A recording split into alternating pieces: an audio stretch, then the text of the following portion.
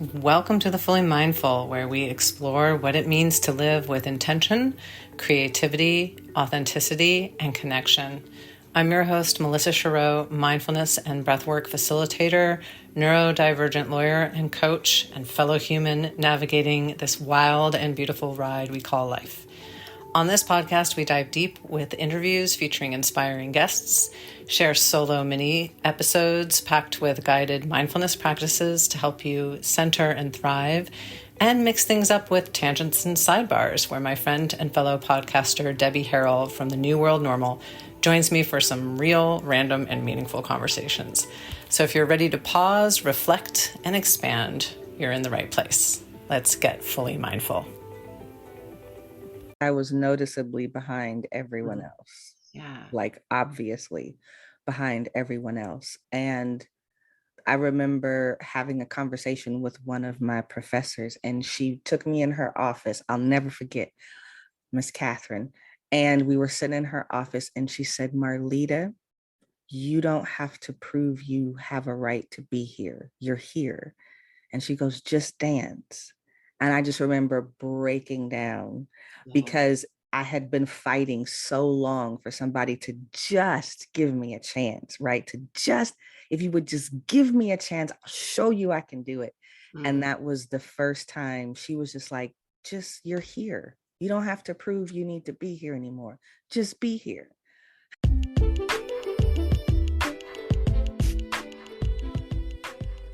Have you ever just known what you were supposed to do in a given moment? Known with all your heart that this is the direction you ought to head, that this is absolutely what you must do? And then everyone you know, family, friends, and anyone on the street is telling you should not or you could not do it, and you do it anyway?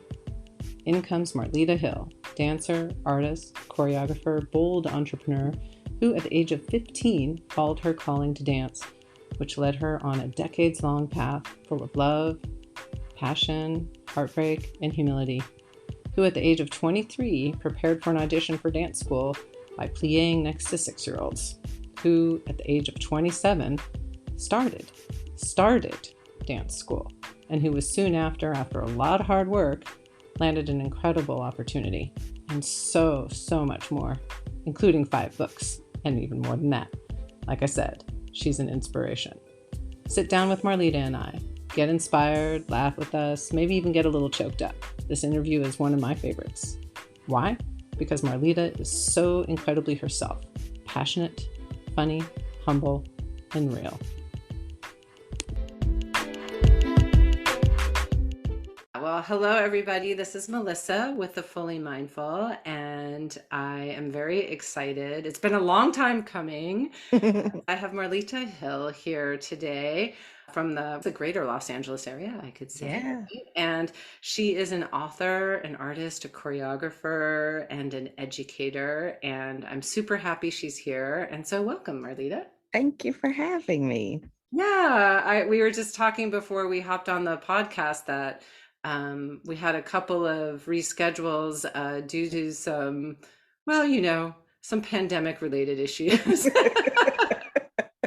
And some school issues and some, other issues. So I appreciate that you have been so patient and happy to finally be able to get your beautiful voice on this podcast. So same here. Thank you. yeah. So you have this really interesting story about how you came to be where you are today as an artist, choreographer, author, educator. So kind of take us back to Marlita in the early days. Marlita in the early days. I'll give you the abridged version. Yes. First I was born. No. Right. But basically, it really did start for me at 15. Mm-hmm. I had no interest in being an artist. Like none of this was on my radar. But I was used to this dance company, this dance ministry called the Hush Company, and just felt led to meet them. And I did. I saw them perform on a Saturday, and then I was at rehearsal on Tuesday. Wow. And had you Um, ever danced before or done I that? mean, I did it like family events and those kinds of things, but it was never like, I want to be a dancer. I was interested in psychology. I was a book nerd. I loved reading, right? Yeah. I wanted to be a psychologist as much as I knew what that was at 15. But I remember I really wanted to be a psychologist.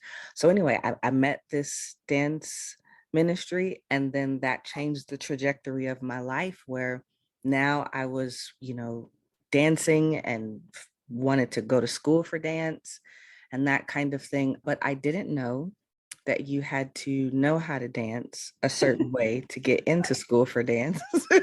Mhm, I didn't mhm. grow up taking dance classes. So it was about 9 years before I finally got into a dance program, undergrad dance program. So I was 27 when I finally got in. Yeah, Well, that's remarkable yeah, because as we now know as women of a certain age, we can look back and even now, like I know I have my daughter, she's 14, so she's just shy of where you were. yeah, And she's already feeling like if I haven't already started the thing and have been doing the thing, whatever the thing is, in your case, dance, but whatever the thing is, if you haven't been doing that for years, like your chances of going into that in some sort of undergraduate degree or beyond right. are really limited. And then you not only did it, but you did it at age 27. 7, yes. So I was only a few years younger than my professors. Yeah, oh, I'm sure some of the students were like, "Are you teaching the class?" It was quite awkward. I was definitely a fish out of water. I went to Towson University in Baltimore. Hey Towson, love y'all. Woohoo. Um, and it was a remarkable experience, but I was so much older. I was from a completely different culture. I moved from Southern California to Baltimore, Maryland, which Yeah, is just West Coast, East Coast, just very different culture. yeah, So that was new for me. But I graduated from there and then got an opportunity to teach at a performing arts high school. And I was teaching before that, even since I was in the Hush Company. mhm, That's where I discovered more specifically I had a gift for teaching and choreography. So that's where that started. So then I taught at a performing arts high school. Then I left. I taught there for 7 years, left there in 2016, found myself traveling to Spain every summer. Then in 2019, I was invited to get a master's for free. I wrote some books along the way. So it's been interesting. It's been fun. it's it's been a journey, and I mean, I love that, and we talk on this podcast about how people find their purpose or purposes, because I think Mhm, we all have multiple purposes in mhm, our lives. And I think maybe I've talked to one person who was like, well, I knew from age 5 that I wanted to do this and I went for it and that's what happened. But very few people, it's more like this roundabout way of getting there. And then it's like we don't really ever get there or anywhere. We are just, it's another place along the journey. And Right. I found that there is always evolving and expanding, Mm-hmm. right? Because again, dance wasn't on my radar. And then in 2008, when I wrote my first book, I didn't think I was ever going to write a book. And then I wrote a book, but I thought that was just the book. Now I've discovered, oh, I write books. Okay. Yes, Right. I think you've written something like 5 books, Yes. right? So I'm like, oh, okay, I write books. Okay. And now I talk to entrepreneur. It's been an adventure of discovery for me, just as much as it's been for anybody else. I just I keep following the pool. And yeah, I guess I want to talk a little bit about that. So, when you sort of discovered, oh, dance, and then, oh, author, and oh, teacher, and oh, I work with entrepreneurs. Yeah. Was there any sort of common feeling or thread that you noticed that pulled you in those directions? For me, yes, I can very specifically put my finger on it. So I am a Christian. For me, it was the Lord leading me in those Yeah. directions and revealing those parts of myself to me. So that for me was very specific and direct every single time. Let's take a quick break. Hey, everybody, this is Melissa with the Fully Mindful. It's the new year, and I bet you're feeling the need to unlock your full potential and embrace empowerment, or maybe something completely different. Well, I'm excited to offer a new program with one-on-one breathwork and coaching sessions. We'll embark on a truly transformative journey of self-discovery, combining conscious, connected breathwork and embodiment coaching, and more. So contact me, Melissa, at the Fully Mindful, for your transformative session today. Yeah. So, and I think that's such a cool thing. And I guess I want to kind of dig into it just a little bit more, if Sure. you'll let me, about what that experience is, because I hear people talk about that, whether it's the Lord or God or my higher power or the Or universe intuition. Yeah, exactly. or whatever, led me. And I'm always interested in, what did that feel like? Like, I mean, I've always been envious of people who were like, and God told me, it's like, gosh, I wish that happened to me. But like you mean actual words, like, wow, cool. But some people will talk about like just a different feeling they had in their body, or like a whole bunch of coincidences lined up. What was it for you? How did you experience this? So it's been a mixture of that. I remember when I met the Hush Company, I heard words Yeah, and I heard go watch. interesting. That's all I heard. Go watch. I didn't know what it was. I didn't know who it was. I didn't know, but it was persistent. Mm, Go watch. Go, and it just felt like there was like a nudging. So I did. And then I would hear that voice again. Didn't know if they were my thoughts, the Lord, who it was, but I yeah. would hear certain things and it had a certain frequency to it and it Mm, had a certain accompanying feeling, when I would hear particular things and I know things that I wouldn't have thought of. You know what yes. I'm saying? Yeah, That yeah. and so I learned to trust that voice, right? Because every time I did something that it told me to do the last time, it turned out good.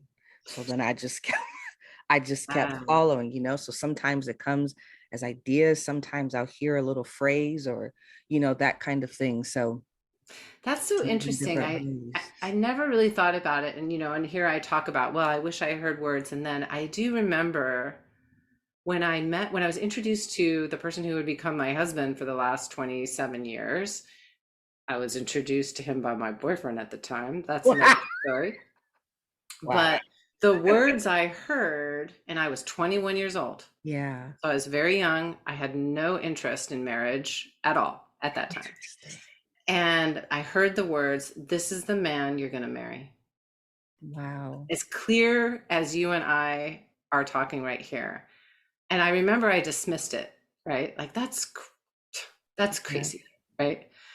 And then it turned out that is the man that I married, and we're happily married 27 years later. Here we are. That's And amazing. similar experience for you, Mm-hmm. starting off with go Mm-hmm. watch, or And maybe I even, yeah. and I say to people like the only difference between me and anybody else is when I heard it, I listened. Mm-hmm. I tried it out. You know what I mean? And it Right. turned out really well for me. Yeah, and I mean, it's interesting, we're not doing I can see you, but the podcast won't be by video. But, Yeah. just so for the listeners, when Marlita was talking about it, like your whole face lit up. Oh, No, I mean, it's so obvious. And you could also, at the same time that your face lit up, you were describing the feeling. And I think you put your hand on your chest, and it was like this depth yeah. that's happening, that these are, whatever it is, God, something else for somebody else, it's Mm-hmm. that message, that internal knowledge of, ooh, I got to listen to this. Yeah. I mean, it has that relationship and that conversation between us has kept me, because I don't care what kind of dream you're pursuing or what kind of path you're pursuing. it can be treacherous. Right? You know what I mean? And you have to have a grit of some kind to make it through that. And so that has kept me through a lot of times when I doubted myself, times when other people doubted me. I mean, dance. Okay, that's cute at 15, Right. 16, 7, maybe 21. But I was 22, 23, 24, 25, 26, broke, trying to get into dance school because I know I heard this voice. And so my family was like, not at all happy with my choices. Right. Right. What did they want you to do? I got into speech and debate when I was in college and I was really good at it. So they wanted me to go into broadcasting, or, I used to write poems just for fun and I would read them at my granny's events. So they were like, you have all these gifts, you're just wasting. And I just I knew it had to be dance, and I remember I had researched what it would take for me to teach at a collegiate level. You had to have a degree in dance. So I was like, I have to get a degree in dance. It's funny because I don't even want to teach at the collegiate. I do. I do now, but I only do it one semester a year. I just knew that that was the path that I needed to go on. And so there were a lot of things that I had to weather at times. And then just doubting because it was taking 9 years. Are you sure? And all the no's that came with that and that kind of thing. And so that voice and that relationship and that conversation has kept me through all of that and has rooted me in who I am as a woman, as an artist, as as all kinds of things. Yeah, that's powerful because a lot of people could maybe hear this or hear similar stories and think, well, yes, she had this intuitive thought, this message from God, however we want to talk about However it. you attribute it. Yeah. I know And who I attribute it to. yeah, you attribute, yeah, Yeah. exactly. However, somebody else might experience it, but they'll think, oh, well, but that person, Marlita, things just sort of turned out for her. And it's like, no, what you're saying is actually no. Like you had family pressure. At some point you were broke. I was broke for a long time. For a long time. And that's a lot. Like you said, I think you used the term to weather. You weathered a lot, and your faith and your absolute faith in what you knew to be your path kept you on the path, which is not always easy when you have all of those pressures and feelings and things kind of coming at you saying, don't do this. That are just natural anytime you attempt to do something, Yeah. And so then you have this multiple times because yes, you finally get into dance school, you're successful, you get your degree, and then it's like, maybe you need to write some books. Like as if that wasn't hard enough, Marlita. Let's have you do something even, as difficult, right? Right. So let's talk about your books. When did that happen? While you were still in school for dance or after? Yeah, so they happened at different times. So my first was about dance ministry because that's the context that I was in. Yeah. Right. So it was just about dance ministry and speaking specifically to dancers who were working in a local church. And then I came out and then started building my career as an artist and a choreographer. And then I wrote a second book to Christian dancers who are building an art career. Like, how do you manage that relationship between your faith and then your art career and different cultures, different things? So what does it mean to navigate that? And then I wrote a book about artists in general who are Christians and building art careers. And then I expanded to entrepreneurs. So these books slowly expanded as my own life expanded. So that's how it happened. So what kind of, I guess we didn't really talk about styles of dance and choreography, but people, I know I'm interested. So what was that like for you and how did that evolve over time? Like in the styles that I do. Yeah. So I love all kinds of movement, but the two that I mainly choreograph in are modern, contemporary ballet, and I'll do some tap as well. So concert dance is what I Mhm. really love. And I think that has evolved only in the sense of I got more tools under my belt, Yeah. right? And I got access or became aware of more possibilities as a mover and that kind of thing. But I still really love just movement for movement's sake. Love Yeah. that. Although now I'm really interested in dance theater, so incorporating more storytelling or Right. multimedia. I have not done that yet. I have no idea what that experience is like, but I'm very interested in perhaps trying it because I'm about to jump back into my own choreographic practice. I put it Wow. down for a season. I graduated with my MFA in Hmm. choreography last May, moved home back to California, helped support my mom with her getting better. Hmm. Um, and then I had to put something, get myself resituated here in California, build sustainability, that kind of thing, so that I was like, oh my God, I still have things I want to say as a choreographer. You know what I Yeah. mean? So I'm excited to get back in that. So I have started to take class again. Very painful because I am totally out of shape, but Well, it's if anyone can do this, I have no doubt it is you. And thank you. I was sort of like thinking back, way back, I was one of those kids. I always wanted to be a dancer and move. And I just didn't Mm, grow up with that being something that was possible, or at least I didn't think it was possible. We were yeah.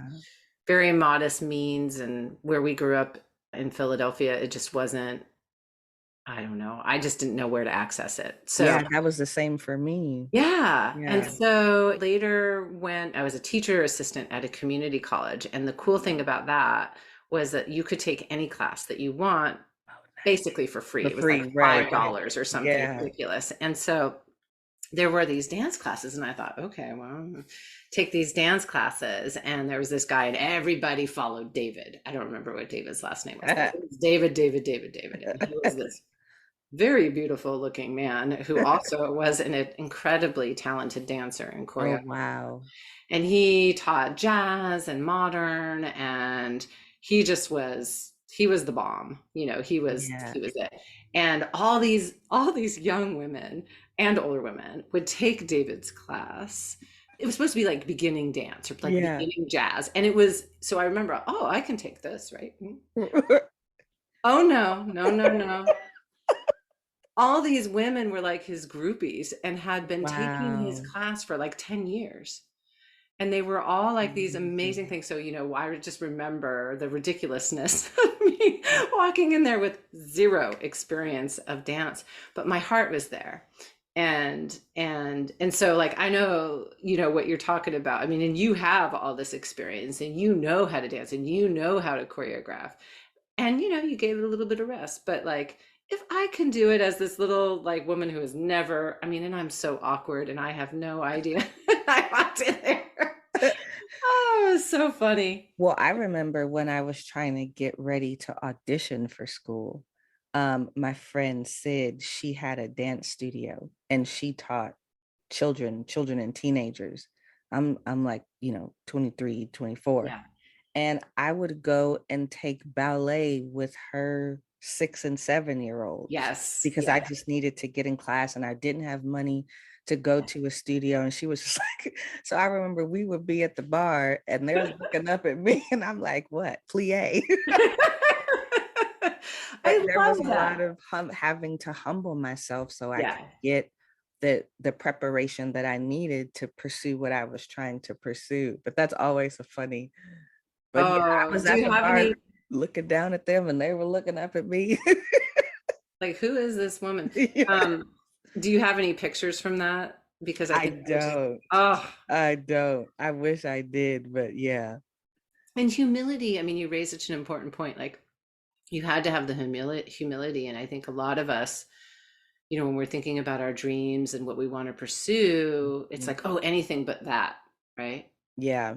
But here's the takeaway. Here's a grown woman in a Mhm. ballet class with 6-year-olds, right? Yes. Because that's your dream. That's Yeah. the path you're on. Yeah. And so it's like, all right, anything goes. If I've got to do this way, then that's the way I'm going to do Do it. it. Mm-hmm. Yeah. That is absolutely right. So And is I'm there anything sure it else? was the same experience for you when you were 27 going off to dance school. Same. Yes, because I was noticeably behind everyone Mhm. else, Yeah. like obviously behind everyone else. And I remember having a conversation with one of my professors, and she took me in her office. I'll never forget, Miss Catherine. And we were sitting in her office, and she said, Marlita, you don't have to prove you have a right to be here. You're here. And she goes, just dance. And I just remember breaking down Yeah. because I had been fighting so long for somebody to just give me a chance, right? To just, if you would just give me a chance, I'll show you I can do it. And Mm. that was the first time she was just like, just, you're here. You don't have to prove you need to be here anymore. Just be here. And I was like, Oh, yeah. like I didn't even realize that that was going to be the reaction, but I just lost it in our office. That was a huge time of um, like restoration and Mm. healing for me as an artist, and where I really found a lot of myself was in that program. It sounds like such a wonderful, I mean, she really saw you in She that did. moment She and did. then gave you the permission that for some reason you couldn't give yourself. Mm-hmm. And what a gift. Yeah, it was a huge gift.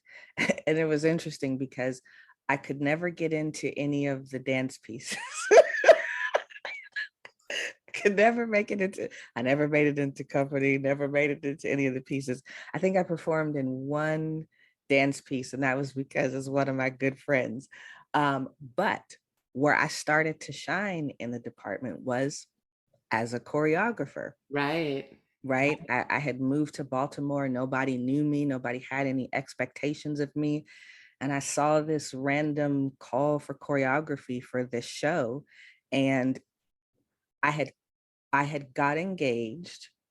Well, actually, I started dating this guy who would later become my ex-husband, but I started dating him 2 months before I got the acceptance to Mhm. Towson University in Baltimore. So we were dating. 2 months later, I get accepted. August, I moved to Baltimore. Right. Wow. I go back to see him in October. He breaks up with me. So Oh. I come back to Baltimore, all brokenhearted. I'm on the plane, and this is when they used to play. They probably still do, but they used to play music. And there was this song that came on called "Leaf Dream" by John Boswell, solo piano, and it was stunning. And I searched for this song, and then I was all heartbroken at the studio. And I would be at the studio at, like, 10 o'clock at night, midnight, choreographing a tap piece to this solo piano composition. And so that's when I saw this called choreography. And I was like, what the heck? I had never done any tap choreography or anything like that. But I was like, what can I do? I'll just Yeah. try it. And I got accepted Wow. to the showcase. And I remember one of my other professors, I, I didn't know what it was. And she came to me, she goes, I see you got accepted to a showcase. And I was like, how do you know? Because I didn't tell anybody. Mhm. And she goes, Marlita, you don't even know what you did, do you? I was like, no. Well, it was a kind of a prestigious showcase. I It's a didn't big know. deal. Yeah. So then that started to change my experience at the school, and I really took off and came into my own there as a choreographer. Mhm. um, I love dancing. I will always take dancing, but that's when I say my art form is choreography. I love that. And then also that you later became an author Mhm. because, what is choreography but another form of storytelling? Absolutely. Yeah. Yeah. Absolutely. And even the way that I think is as a choreographer, as an educator, the way I write, like all of the things that I do use the same mental processes as a choreographer, from stepping into the space with the small fragment of an idea. Sometimes it's nothing. Sometimes it's just a piece of music. Sometimes it's just an image of a movement that I had. And I take that to a 20-minute dance with dancers with all these sections and coming on off stages and costumes and lights. And you create this whole world. Well, that's the same thing that I do with a book. Right. This image of an idea that starts on a napkin. It's some random idea. And then next I have a stack of napkins and Post-it notes and recordings. And then that turns into this book later, this fully fledged book that somebody can hold in their hand. And so I love that idea. And I see that I use the same processes, like I said, as a choreographer, as an author, as an educator. It's all a choreographic mind. I love that too, because I think so many of us think in the world that to write a book or to do something like choreograph a piece or to direct a film or create a painting or anything artistic, right? Yeah. We think that, and I think sometimes society tells us we're supposed to know everything from beginning to end. Oh God, no. Or at least have some idea. I remember I went to school to be, well, in part to be a writer. And it was like, well, you've got to have this whole story mapped out. And I was like, I have no idea what this is going to be. And I remember that message was very oppressive to me. That's why I ended up writing a lot of poetry, because nobody told me you had to know what the poem was going to say. Right. You just write. It was like, you just go. And I was, okay, I can do that.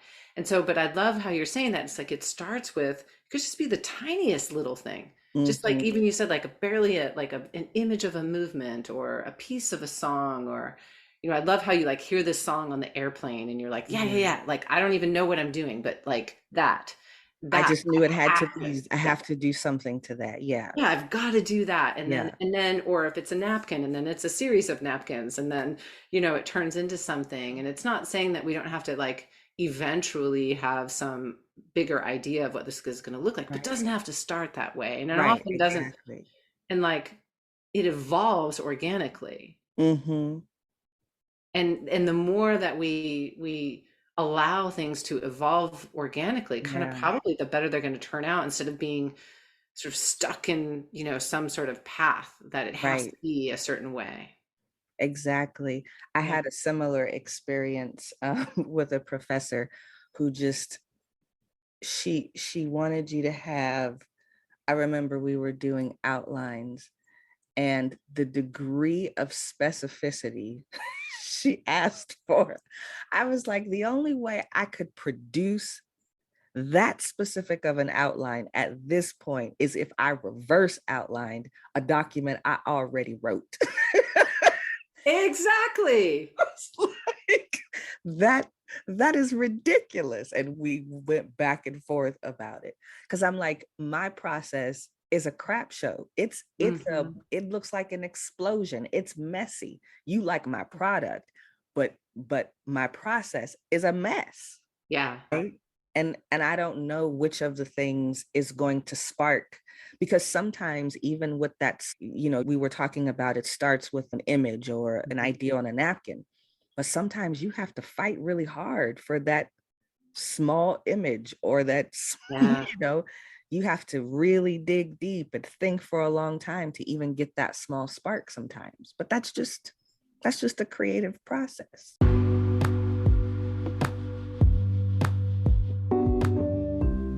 Hey everybody, if you like this conversation, make sure to rate the show in Apple or Spotify or wherever you are listening, so that others can find it and enjoy it too. And if you like the show and want to keep hearing great conversations with really interesting people about how they found their purpose, please donate to the show. Go to thefullymindful.com to donate today.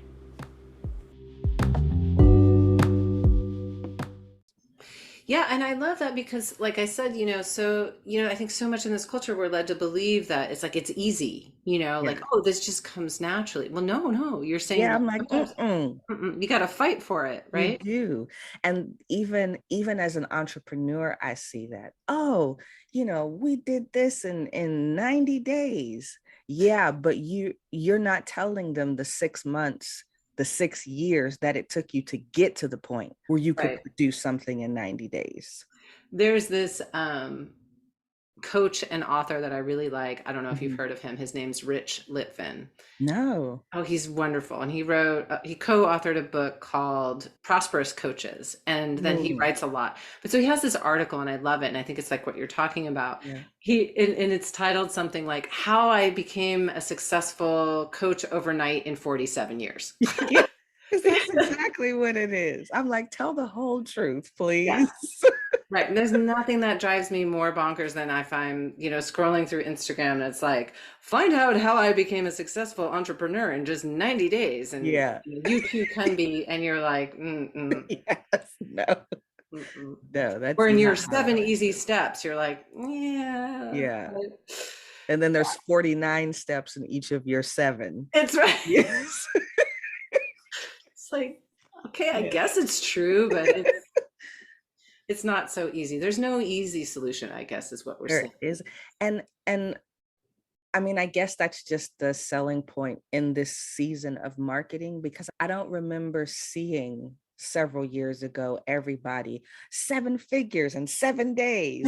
It's got to be big, it's got to be fast. Like I don't remember seeing that kind of language.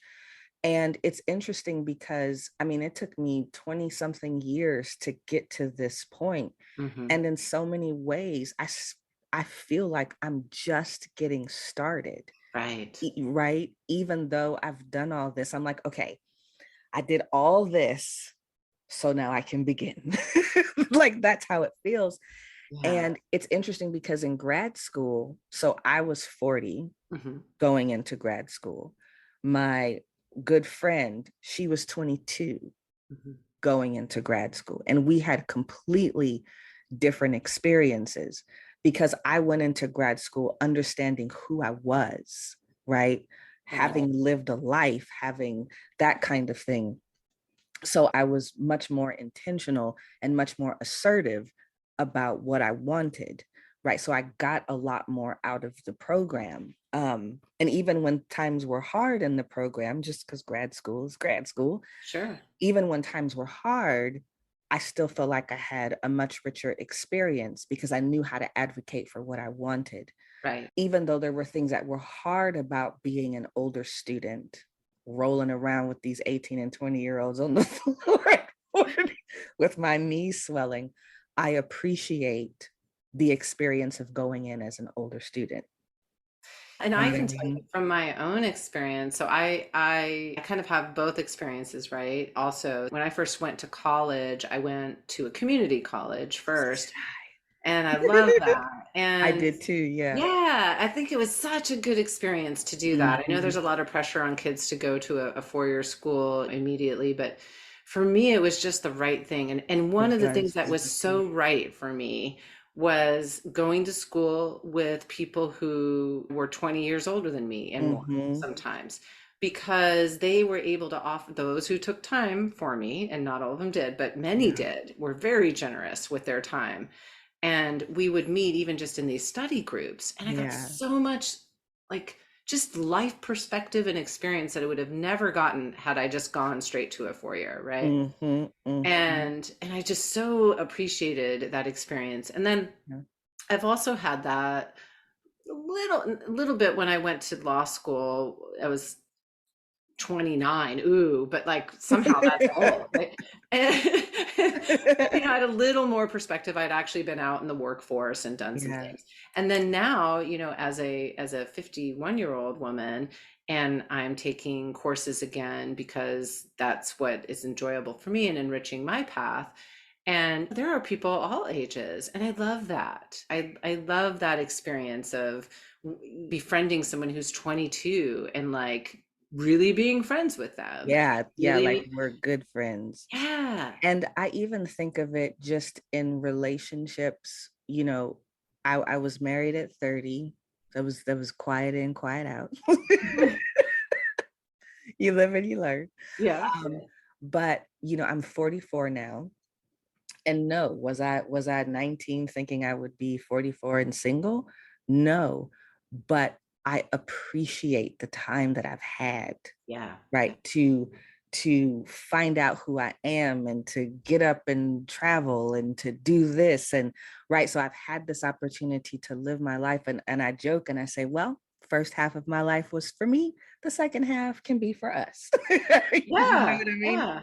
And it's interesting because I started to take notice of these women. I started to just, they were coming into my awareness all of a sudden. They just seemed all over the place, of women who were older, who were starting these amazing lives. I have several friends who got married at 50, Mhm. right? Or 47, friends that had children when they were older. I'm not trying to have children at 45, but I'm good. Like, just to be clear on the record.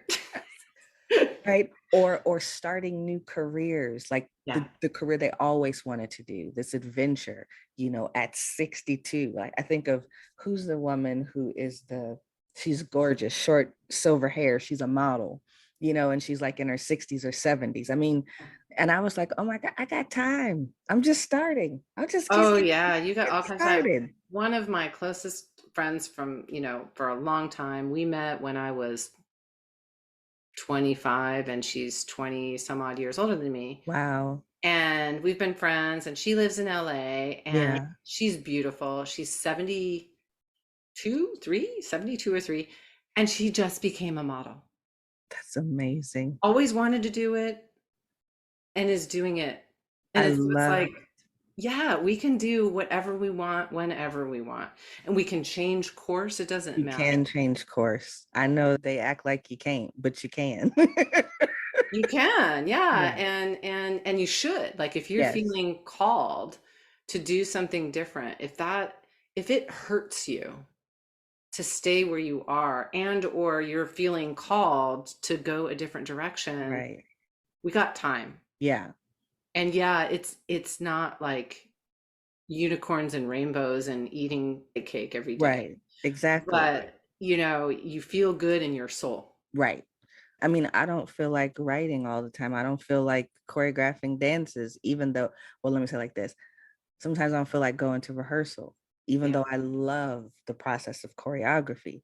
When the day comes, I'd rather watch Netflix than have Sure. to go to rehearsal.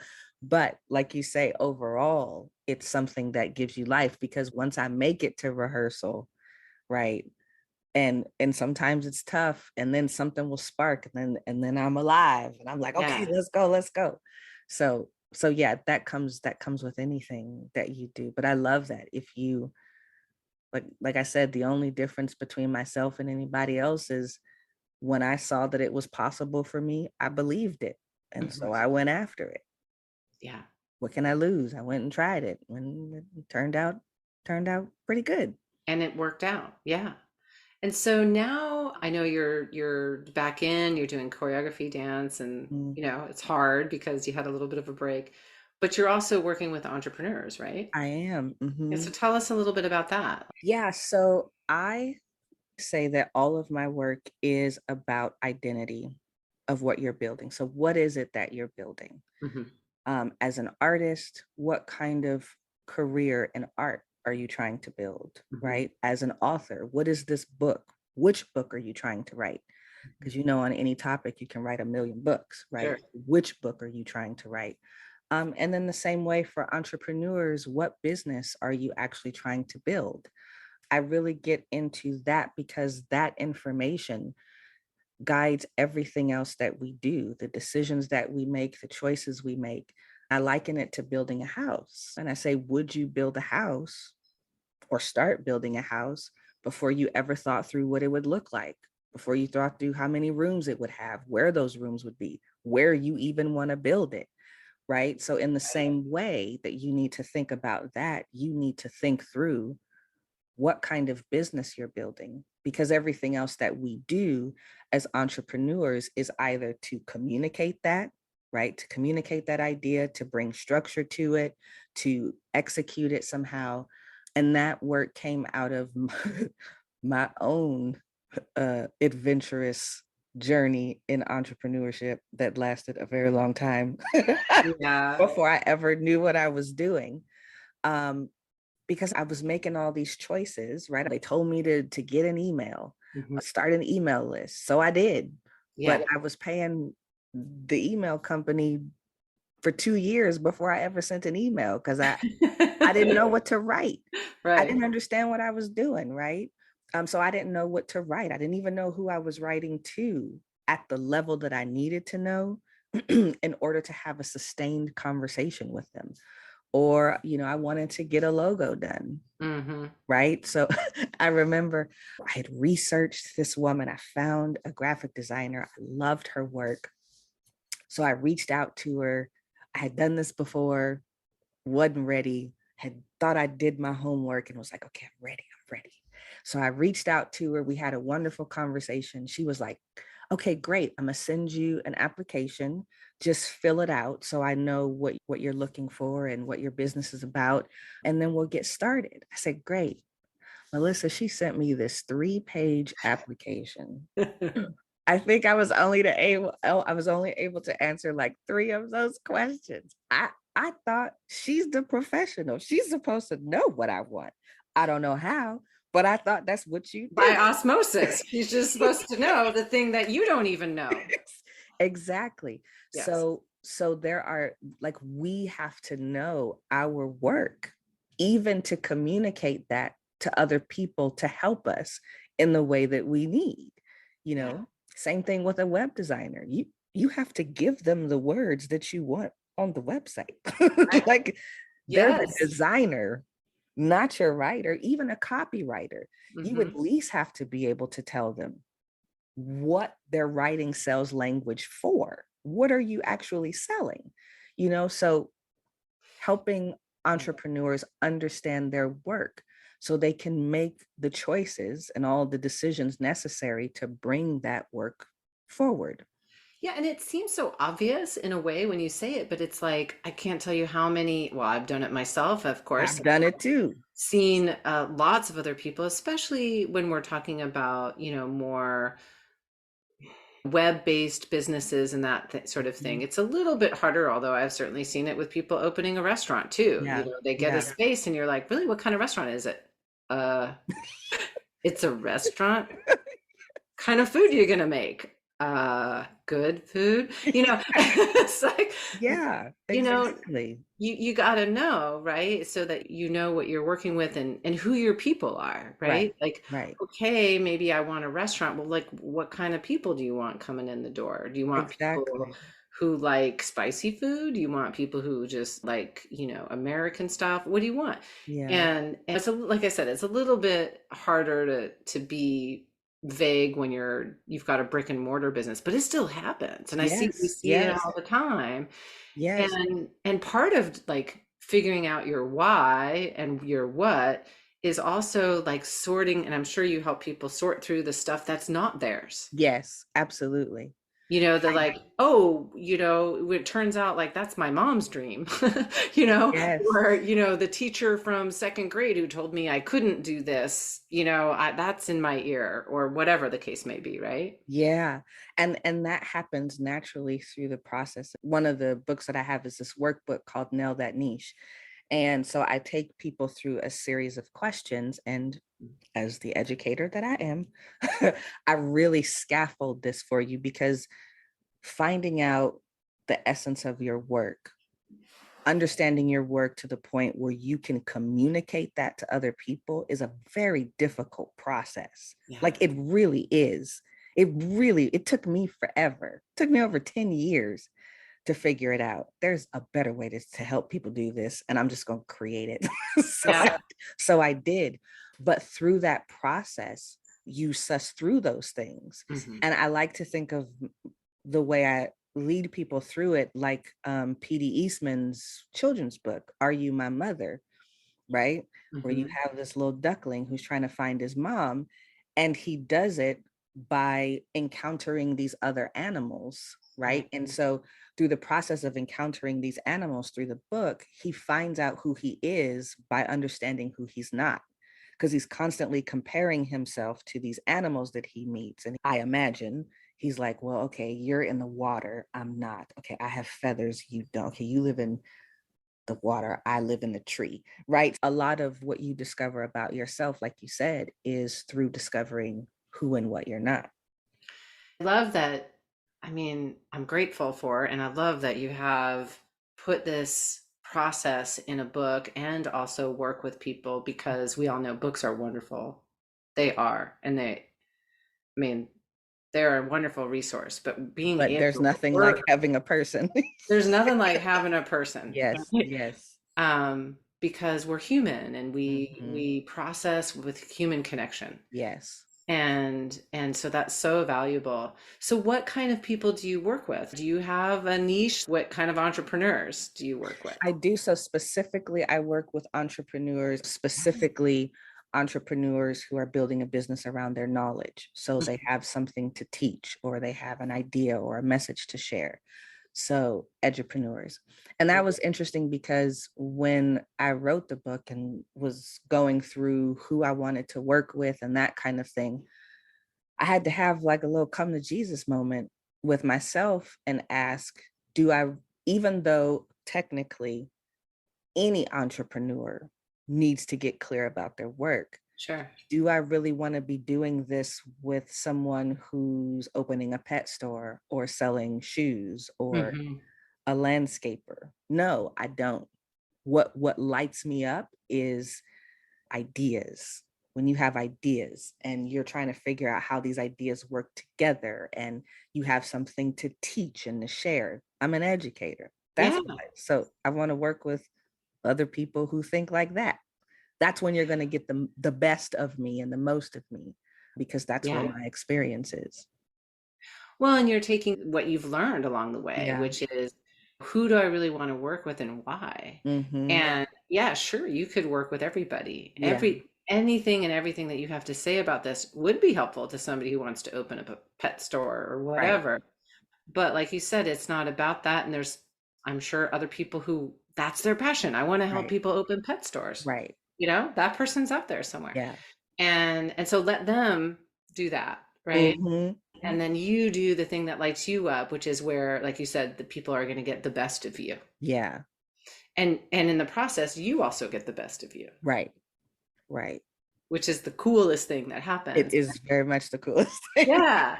And then you have this like synchronicity when you Yeah. work with people, when you're lit up and then they're feeling the magic, and it just is such a beautiful thing. And I love how you have taken all of the things that you've done in your life, Yes. your art, your choreography, your storytelling, your education, all of that. And you're still doing all of it.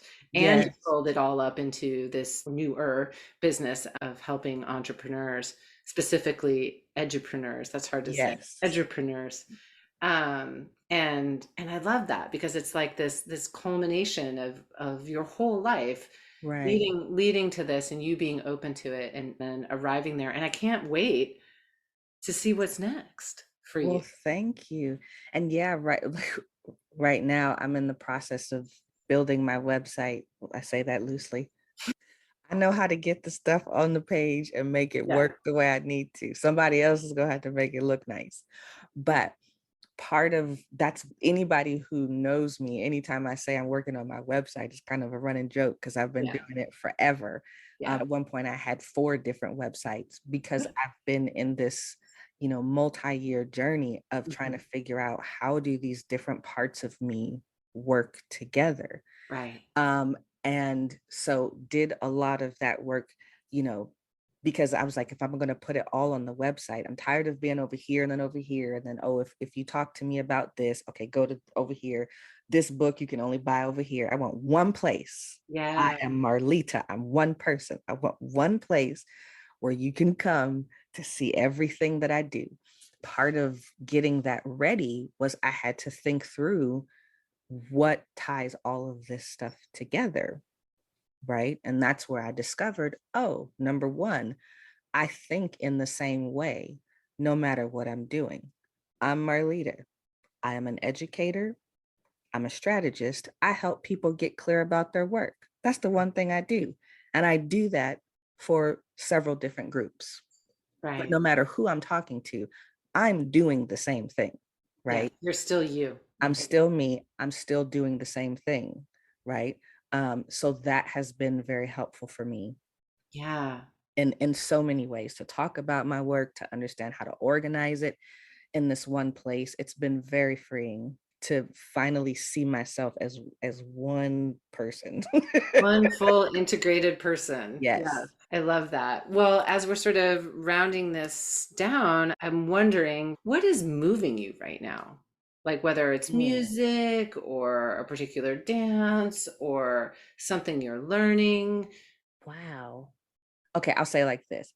I don't have a poetic, artistic answer for that yet, because I'm so close to finishing the groundwork. I'm so close to finishing this where I can get that huge to-do item off my list. Yeah. And I'm looking forward to when I have the time to again look up and start working with other artists. And I have some other book projects on my brain. And, this has been so consuming for me. So I guess what moves me is the excitement of being able to launch into some of these other.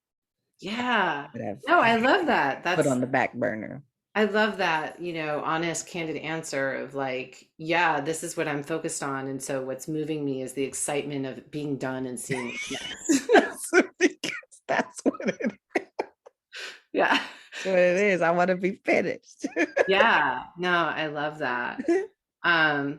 Well, hey, I also often ask this question to many different guests if it seems appropriate. And so I was sort of wondering, like, when you look back at that 15-year-old who listened to the message, go watch, and you think about her and all the things that were happening in her life, if you could go back and talk to her about this, like, what would you tell her? What message would you give her?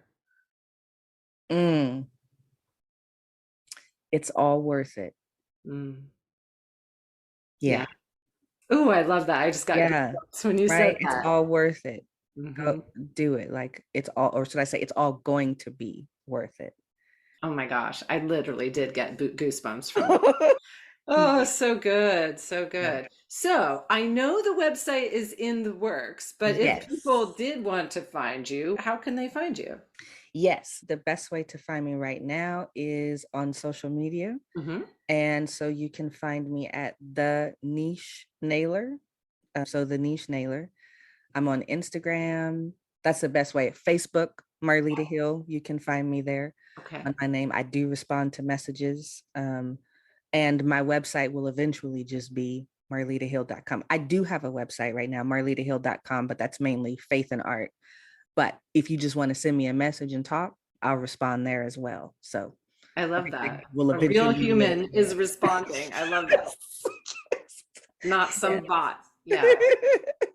And I will make sure for folks who are listening to put all of this in the show notes, as well as your author page on Amazon. So if people are interested in your 5 amazing books, all you want to know about dance and art and bridging that with your faith. Yeah. And nailing your niche. Yes. All of that is such beautiful work. And I'm grateful that you were inspired to, at the age of 15, to go watch, and then you continued to listen to that message and give your gifts to all of us here. So thank you for doing that. And thank you for being on the show. It's been a total pleasure. Oh, absolutely. For me as well.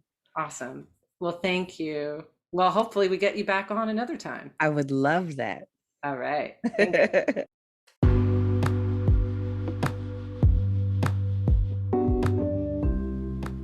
Hey everybody, if you like this conversation and are looking to align your work and life with your purpose or uncover your purpose in the first place, work with me.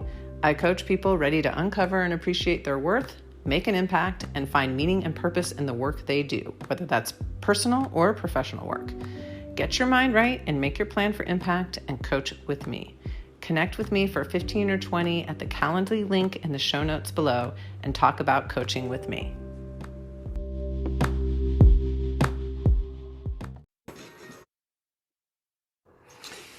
Hey everybody, it's Melissa, and I'm wondering if you all can relate. Have you ever caught yourself procrastinating or maybe doubting your abilities, or maybe you have a black belt inner critic like I do or have had that wants to sabotage your every move with judgment and perfectionism expectations?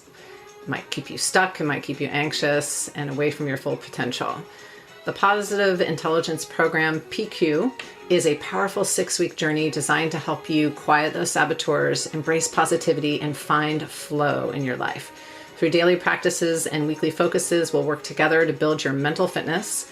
The PQ app will guide you every step of the way and support you, and you'll be supported either by myself in a one-on-one or in a small group of like-minded individuals where you can share insights and progress. So reach out, contact me at info@thefullymindful.com to find out how we can work together one-on-one or in a small group today.